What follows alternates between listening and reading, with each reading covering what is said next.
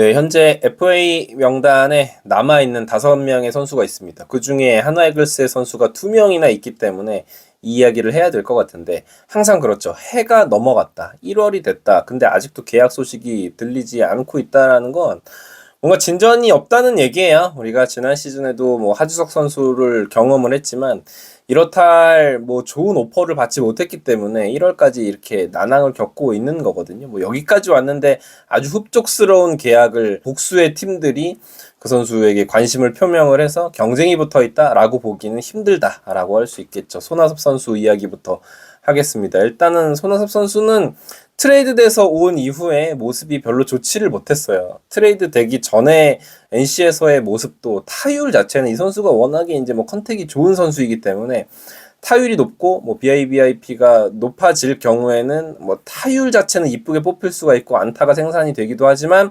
장타가 실종이 된 게 사실 크죠. 거기에다가 수비도 힘들어졌다. 거기에다가 주루 플레이에서 있어서도 빠른 발을 기대하기 힘들어졌기 때문에 그렇게 되면은 타자가 이제 그런 부분들이 부각이 되기 시작을 하면 인기가 없어질 수밖에 없고 가치가 떨어질 수밖에 없겠죠. 딱 손아섭 선수가 이제 그런 부분이 있는데 이제 뭐가 문제냐면 하나이글스는 오히려 손아섭 선수에 대해서는 선수의 최대한 맞춰주겠다라는 입장을 표명을 했다고 합니다. 그러니까 사인 앤 트레이드도 가능하다. 이게 무슨 의미냐면 지금 하나이글스가 손아섭 선수를 큰 규모의 계약을 안겨줄 상황은 아닙니다. 외야도 지금 포화 상태고 만약에 다른 팀에서 손아섭 선수랑 계약을 하게 되면 하나이글스에 보상금을 지급을 해야 돼요. 그게 이제 7억 5천 정도가 되거든요. 굉장히 거액이죠. 손아섭 선수가 연평균 7억도 받지 못할 확률이 지금은 높아 보이는데 보상금으로 현금을 원소속 팀한테 하나이글스한테 지불을 하면서까지 손아섭을 계약할 의사가 있는 팀이 지금은 있기가 힘들어요. 뭐 한간에는 키움 히어로즈 이야기가 들리기도 하지만 키움도 사실 뭐 그냥 그렇게 돈 쓰는 거 꽁으로 7억을 그냥 주는 거거든요. 그런 계약을 원할 이유가 사실 없죠. 그러면 타면 이제 하나이글스에서 손아섭 선수를 최대한 배려해 줄 수 있는 방법은 우리가 계약을 하고 그 다음에 다른 팀과 트레이드를 한다. 지금 뭐 트레이드를 하는 과정에서 뭐 큰 반대급부를 원하는 것이 아니라 그냥 그야말로 하위 라운드 드래프트 지명권만 주더라도 뭐 7라운드, 8라운드 이 정도 드래프트 지명권만 받더라도 손아섭 선수를 그렇게 넘겨주겠다라는 생각이 있다고 합니다. 그거는 이제 그야말로 손아섭 선수에 대한 배려인 거죠.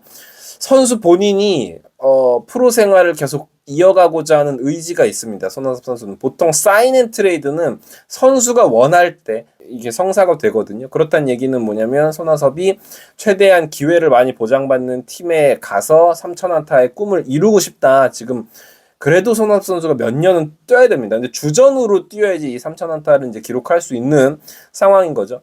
그러면 사실은 키움 히어로즈가 가장 안성맞춤인 팀이기는 하죠. 가장 많이 어떻게 보면 팀 성적을 그렇게까지 생각하지 않고 주전 자리를 보장해 줄 수 있는 팀 중에 하나. 근데 물론 이제 이것도 키움 히어로즈 팬분들이 들으시면 굉장히 기분이 나쁘실 수 있습니다. 왜냐면 우리도 유망주 키워야 된다. 무조건 손아섭 개인의 기록을 위해서 그렇게 자리를 보전해 줄 수는 없다라고 이야기할 수가 충분히 있기 때문에 말이죠. 그래서 아무튼 난항을 겪고 있는 것 같고 저 개인적으로는 일단은 사인 앤 트레이드 형식이 되건 어쨌건 간에 하나이글스랑 계약이 이루어지기는 할 것 같다라는 생각을 합니다. 이대로 그냥 미아 상태로 남기기에는 그렇지 않나라는 생각이 들어요. 자, 그리고 김범수 선수입니다. 최근에 나온 유튜브에서 이야기가 많이 엇갈렸어요. 야구부장님 채널에서는 삼성은 관심이 없고 뭐 오퍼도 없었던 것 같다라는 이야기가 있었고 정세영 기자님 피셜로는 삼성이 관심이 없지는 않았다. 그러니까 뭐 어떤 오퍼가 있었는지까지는 명확치는 않았지만 관심이 있다 정도로까지 이야기가 있었습니다. 이쪽에서는 관심이 없다. 이쪽에서는 관심이 있다. 이건 뭐냐면 큰 관심은 없는 게 팩트인 것 같습니다. 제가 듣기로도 삼성 라이온즈에서 김범수 선수에게 딱 이렇게 표면적으로 선수가 아주 마음에 들 만한 오퍼, 큰 규모의 오퍼가 나갔다라고는 이게 없었다라는 이야기가 오히려 많았거든요. 타팀 링크가 없는 상황이라고 보시면 될 것 같아요. 그리고 지금 돌아가는 상황은 크게 보면 삼성 아니면 한화입니다. 하나는 지금 입장이 어떠냐? 시장 둘러보고 와라. 근데 시장 아직도 둘러보고 있는 중인가? 라는 정도예요. 그러니까 김범수 선수에게 큰 금액을 안기기에는 물론 이제 김범수가 아주 오랫동안 하나이글스의 프랜차이즈 선수로서 뛰어왔기 때문에 섭섭해 하지는 않겠죠. 섭섭하게 하고 싶은 마음은 없지만 한화도 지금은 셀러리 캡이 포화 상태예요.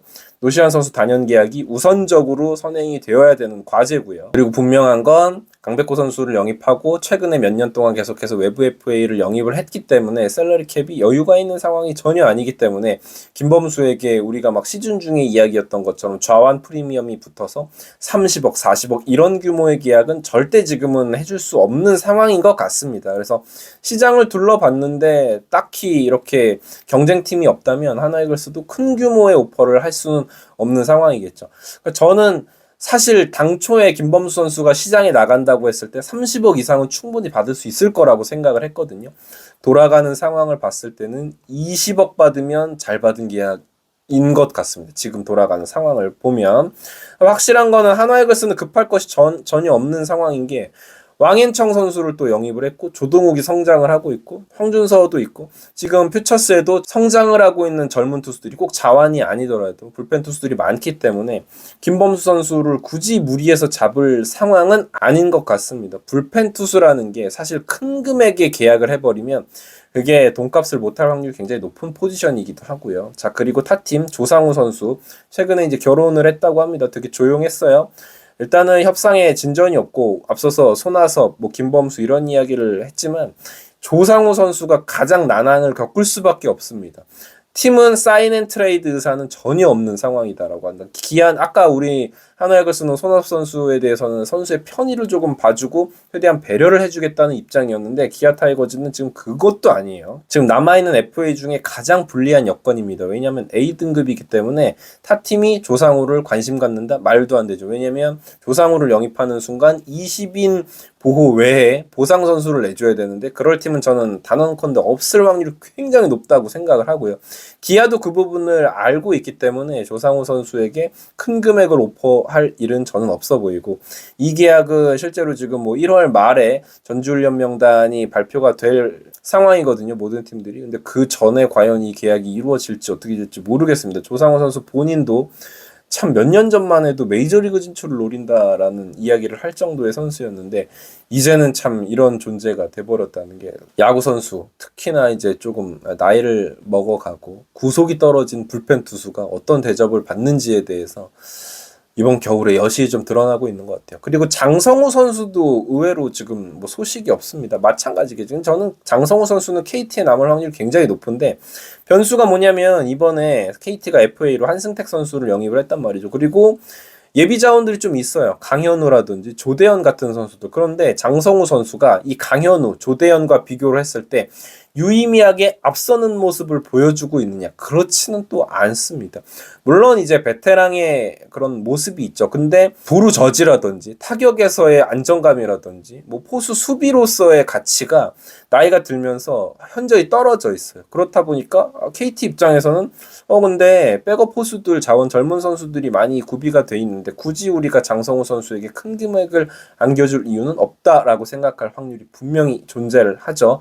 마찬가지로 장성우 선수도 보상금이 존재를 하기 때문에 타팀에서 나이가 든 그리고 전성기가 끝난 에이징 커브가 확연히 드러나고 있는 이 장성우 선수에게 무리해서 계약을 할 팀은 저는 없을 거라고 생각을 하기 때문에 계약이 안 되고 있는 선수들은 다 이유가 있는 거예요. 자, 그리고 김상수 선수인데 롯데에 잔류를 예상이라고 써놨지만 사실은 은퇴 가능성도 있지 않나라는 생각이 듭니다. 물론 이제 한두 시즌 정도 염가에 계약을 해서 조금 더 도전을 할 확률이 조금 높아 보이긴 하는데 롯데자이언츠도 젊은 투수들이 점점 생겨나고 있기 때문에 김상우 선수가 또 워낙 너무 부진을 했었기 때문에 과연 어떻게 계약이 이루어질지도 비추가 주목된다고 볼 수 있겠네요. 오늘은 남아있는 FA 선수들을 한번 정리를 해서 지금 상황에 대해서 이야기를 해봤습니다. 당연히 지금 남아있다는 건 전망이 좋다고 볼 수는 없겠죠. 여러분들이 생각하시는 이 선수들의 적정 계약 규모 그리고 행선지를 좀 예측해 주시는 것도 재밌을 것 같습니다. 이글스 에브리데이였고요. 구독, 좋아요 부탁드립니다. 감사합니다. 자, 여기서 이제 하나 치자. 칠 때 됐다. 뭐야 이거 왜 이렇게 맛있어? 이거야. 여러분, 벨라루스 최고의 과자, 넘버원 과자인 메가칩스입니다. 감자칩류 중에서는 제가 먹어본 중에 최고인 것 같고, 비주얼이 되게 독특하죠? 길게 나오는데 먹기도 되게 편해요. 뭐, 피자 페퍼로니 맛, 오리지널 맛, 매운맛도 있고, 종류별로 다양한데, 세트로 구매를 하시면 또 특가에 구매를 하실 수가 있다는 거, 지금 더보기란 보시면, 그리고 고정 댓글 보시면 링크가 나와 있거든요. 이거 하나면은 이제 다른 과자 필요 없습니다. 맥주 안주로 야구 보시면서 맥주 한 잔 드시면서 드시기에도 너무 훌륭하다라는 거. 메가칩스 믿고 구매하셔도 좋습니다.